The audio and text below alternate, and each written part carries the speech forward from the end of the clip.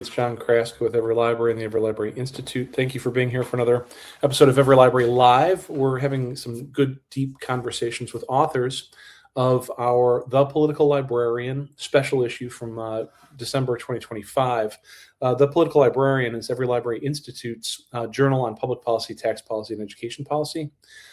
We were the beneficiaries of a very great idea from Dr. Nicole Cook and Dr. Aisha Johnson towards the middle part of 2025, where they said we need a special issue focused on the impact of the Trump administration's executive orders and some of the down channel issues with governors, state legislatures, some of the down channel issues with county commissioners, city councils, library boards, school boards, the impact on the library community of those Trump executive orders. So today's session, we're going to be talking about the labor impacts of the Trump executive orders on America's galleries, libraries, archives, and museums. The GLAM community, as it were, again, for those following along at home, galleries, libraries, archives, and museums. The executive orders that came out of the Trump administration eliminated certain federal supports, they halted grants, they dismantled cultural infrastructure. While some of the EOs have been overturned or enjoined, we're at a point where over 300,000 federal workers from all different parts of the federal government, there's 300,000 fewer federal workers at the beginning of 2026 than there was at this point in 2025. And down channel from that, the GLAM community has suffered from that as well. So we are having a chat today with two of the three authors of one of the articles in the special issue called What Could Have Been, Surveying the Labor Impact of the 25 Executive Orders on GLAM Workers. It's really my pleasure today to bring in both Raegan Stearns and Alphie Garcia for a discussion about their article. So Raegan Stearns is University Archivist at Alabama State University. Alphie Garcia is the Information Resources and Collection Management Librarian at the University of Hawaii, West Oahu. And their co-author, who couldn't be with us today for this conversation on camera, is Jina DuVernay. She's Adult Services Manager for Gwinnett County Public Library. Your article about what could have been emerges from work inside that you did within the Archive Leadership Institute cohort. The federal dismantling of DEI, the suspended grants, the terminated support programs.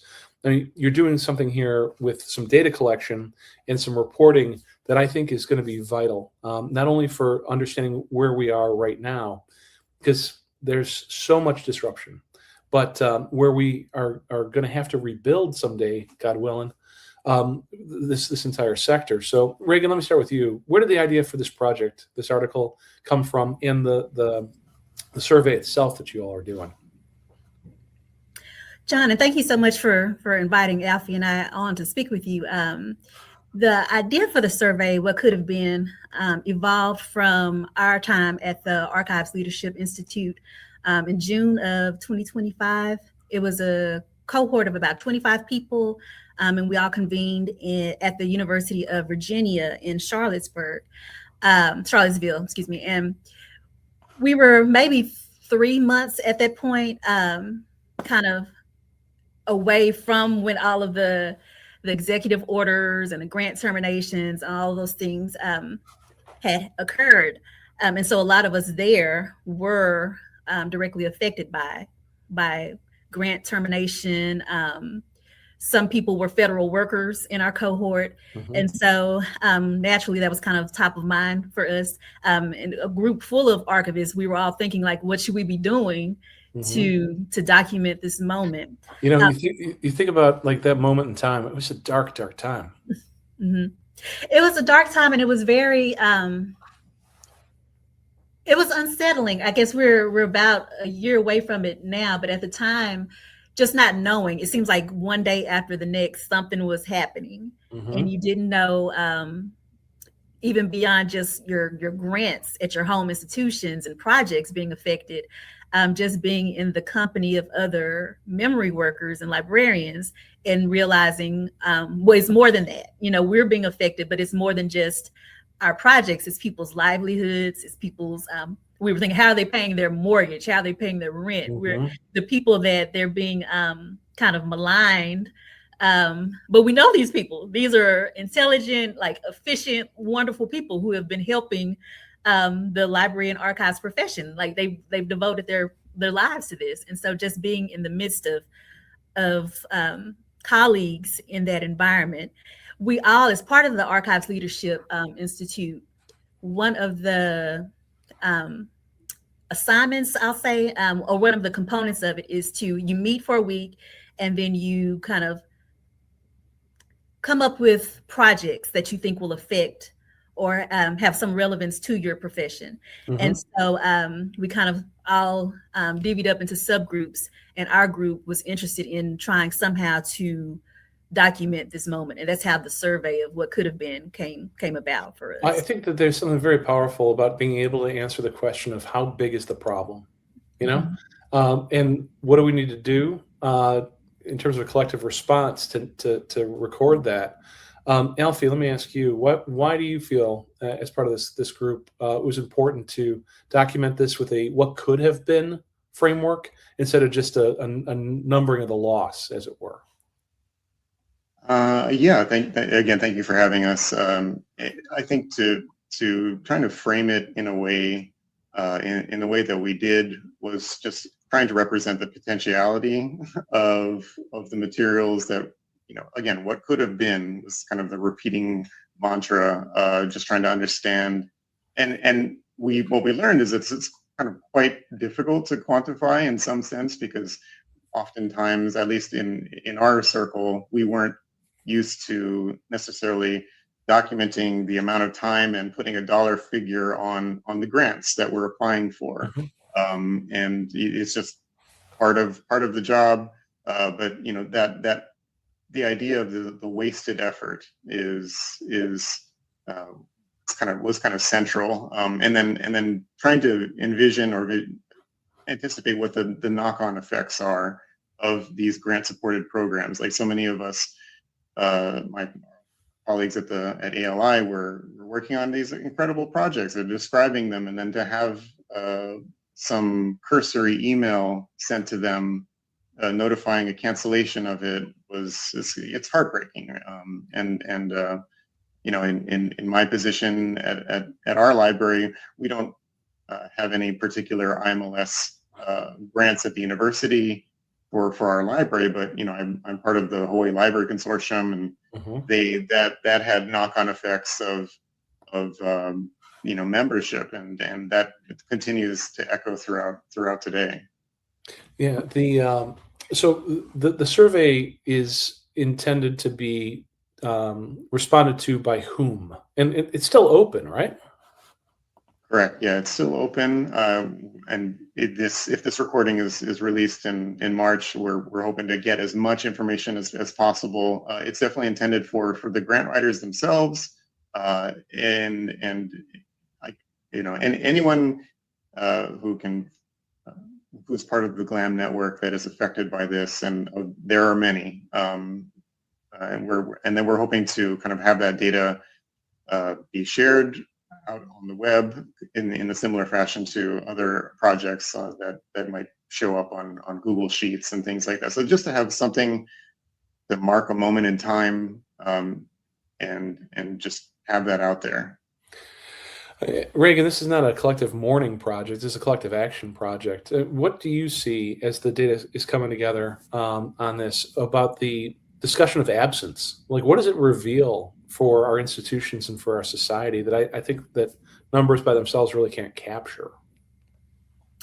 I think it reveals when all of this was happening, and then I would read kind of the news blurbs and things like that. And I think we saw immediately how essential the library field is, the archives, museums, the arts, maybe people who never even thought about, okay, where is my public library getting the funds for all these services that I enjoy? Or maybe even people who don't agree with some of the services that a public library offers, or the books that are purchased, or you know, the types of films that are made or exhibits that are produced. Being able to see the wide expanse of support that the federal government gave to these different professions, and then seeing, okay, maybe I'm in a red state and I'm not, maybe I have certain feelings about banning books. I don't know. I don't want certain books available to my child, but I do enjoy, digital ebooks or something like that. Just being able to see quickly, kind of that we're all in it together, no matter what your perspective is. That the federal government, IMLS, NEH, the NARA, and all these different agencies, they touch so many facets of the public life, is what I saw just from when everything was happening and reading the newspaper, looking online and all of that.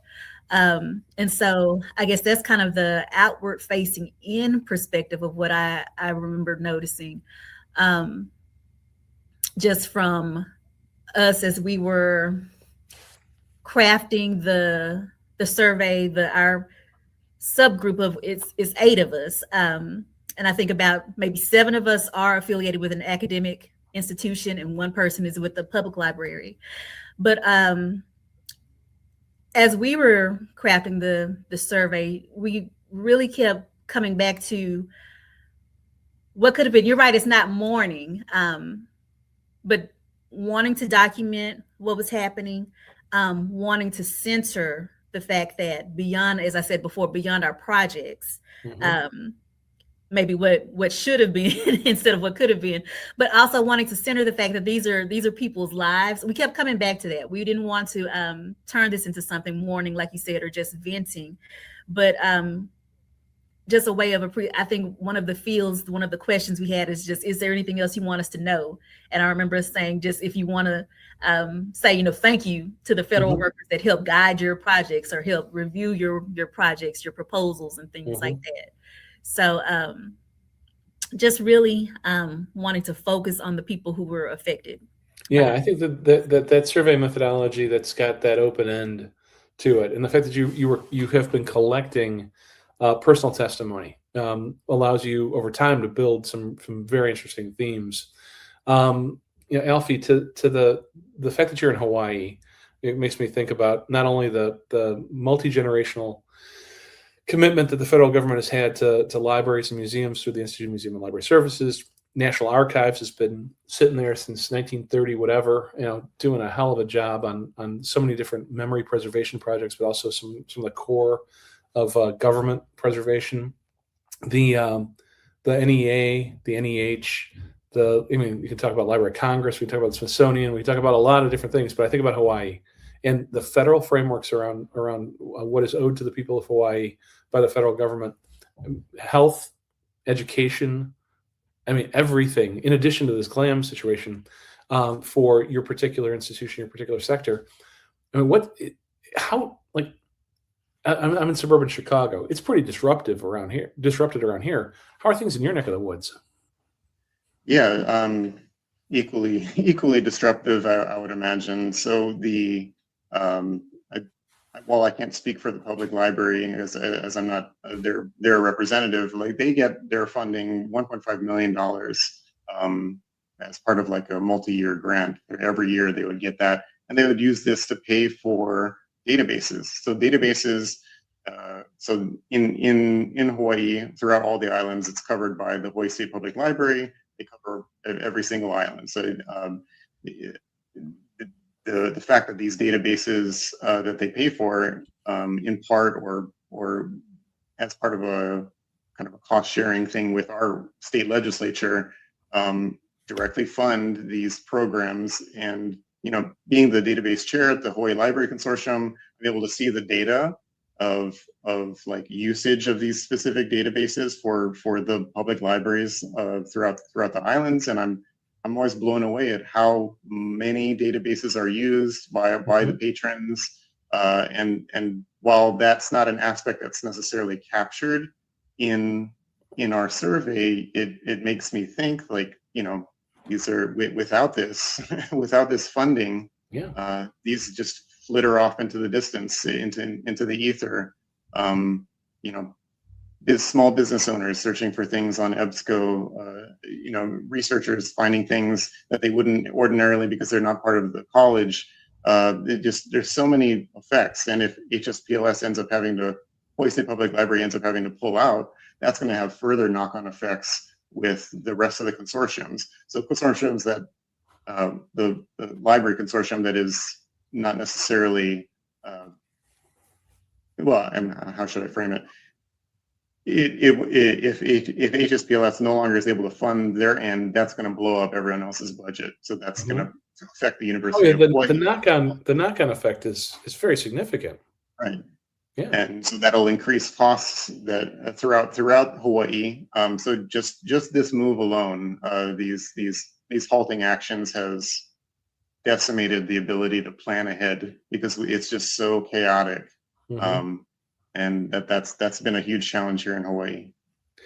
So Raegan, when it comes to impacts on the GLAM workforce, the galleries, libraries, archives, and museums workforce, are we seeing the impacts of the executive orders that were shutting down different programmatic funding spread out pretty evenly, or is it potentially disproportionately affecting certain workers, either African American, Indigenous workers, LGBTQ? Are we seeing early career folks suffering? I mean, what's the survey starting to reveal about the direct impacts on the workforce?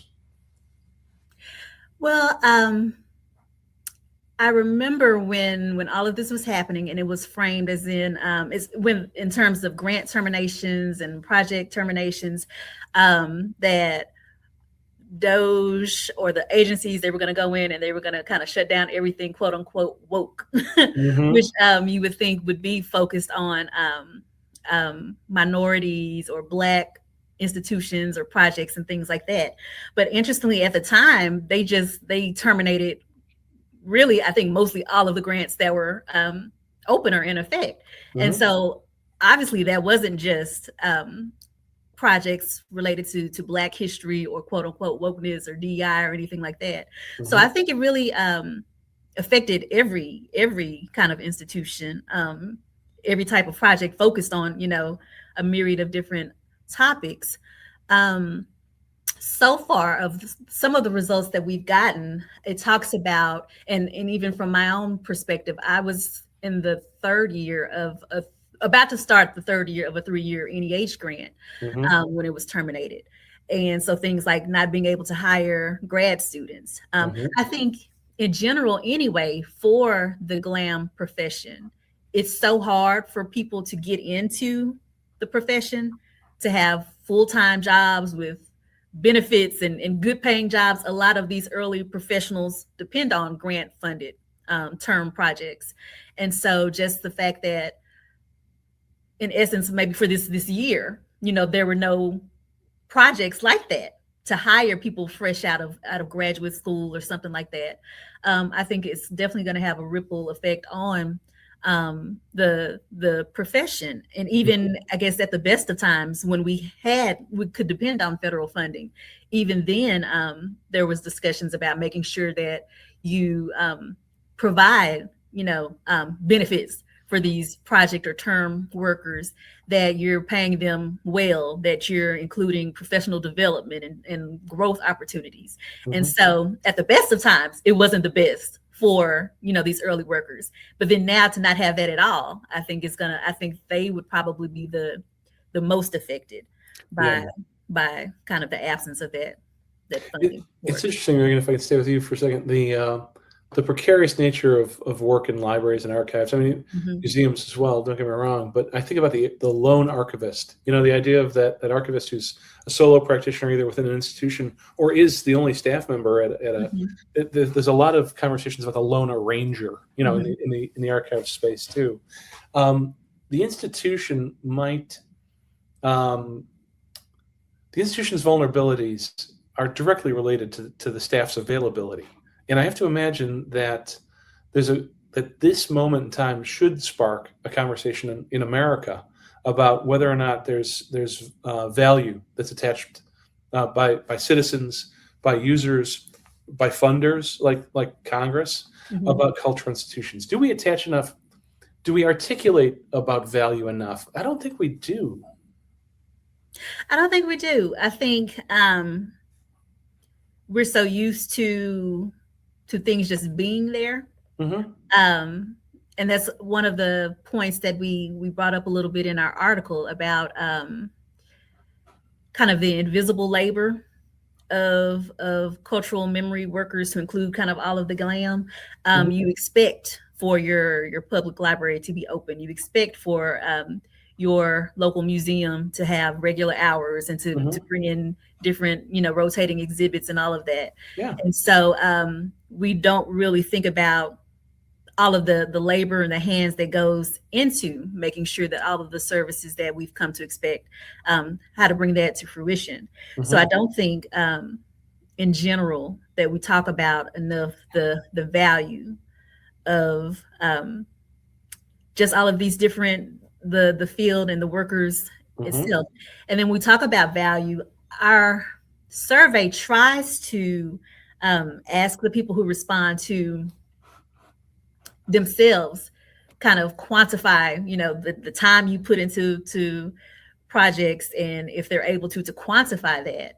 And even as one of the people who helped draft the survey, I tried to do it, and it was hard for me to how would I quantify my time? And so it's hard to do even internally for GLAM workers. Yeah, it's not like we have a history of billing like we're some law firm, or yeah. Alphie, did you want to add to that? I know you're trying to come on mic. I was just thinking about the what seems to be like a new or a renewed effort or focus in the archive, the GLAM world, about working with communities and underserved communities in particular. And so many presentations and anecdotes at the ALI that we attended were about how do you outreach to your own community and bringing them into the archives, raising awareness, and using that outreach effort as a way to build up ourselves and what we do. And all of that is potentially jeopardized when you have the funding pulled out from under you.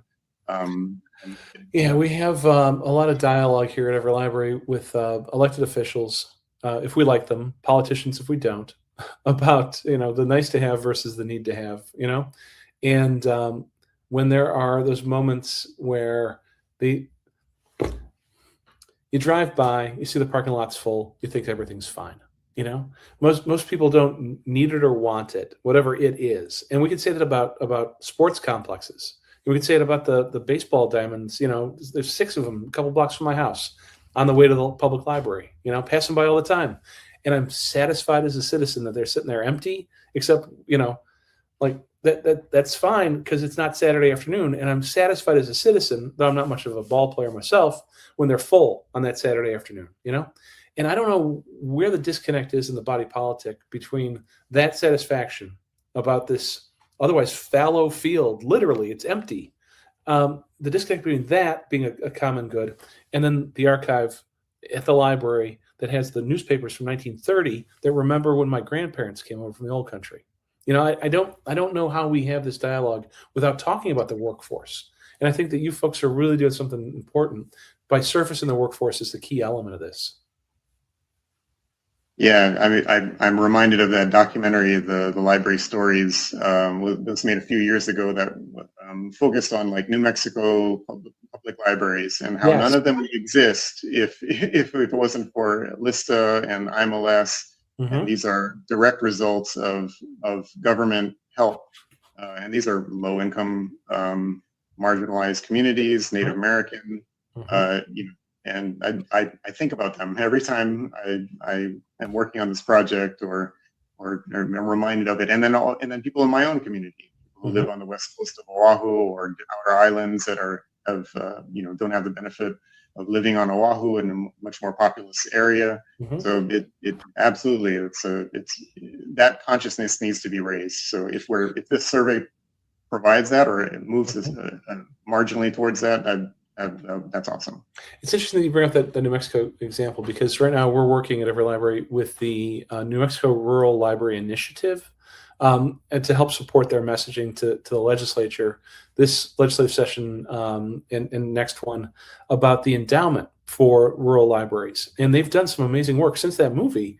The community there has been really energized, and I think because of the visibility you know, and I hadn't remembered that movie. I got to go back and talk about it with the team and surface it again for folks, because that visibility has led to about $26 million in permanent endowment funding for rural public libraries in that state. They're trying to get to 42 million and to be done with it basically for the next couple generations. I mean, it's that infrastructure of funding that's intended to preserve the institution, but most of it's going to salaries eventually. So you folks are onto something here, and I dig it. Let me wrap up with you a little bit. I'm going to do 2 more questions if I could. What outcomes, Raegan, are you hoping to have in the world of GLAM, the GLAM world, from preserving this record? I mean, do you think it's possible to turn it around eventually? I do. I hope it's possible to turn it around. I think for me, I wanted to document even beyond just my institution. There were other people, other archivists that I work with who were affected. Things like they were kind of newer professionals, newer than me, and writing, you know, their first NEH grant. And I just remember like my first, and I even love saying it, like it made me proud. My first NEH grant, like that was a big deal for me, just the prestige of these agencies. I kind of refuse to think that something, it's easier to tear something down to build something up, but just knowing kind of the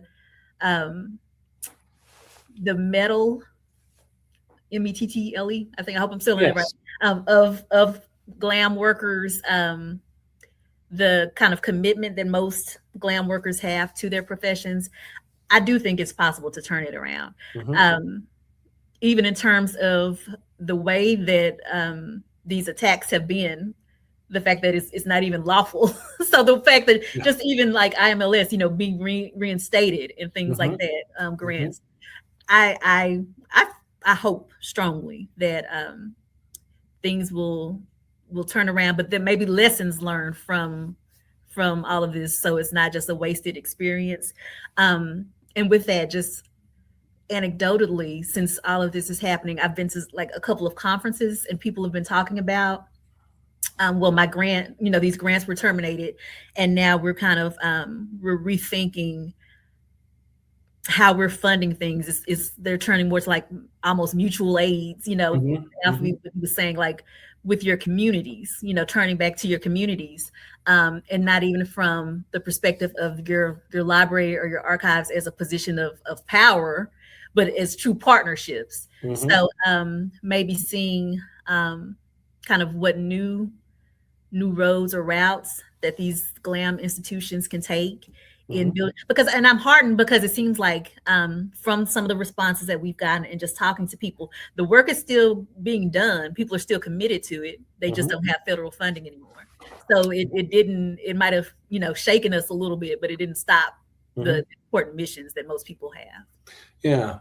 Alphie, when we're looking to wrap this up here, if we can put something back together, are there different guardrails, or is it different sources of funding? Like what has to change?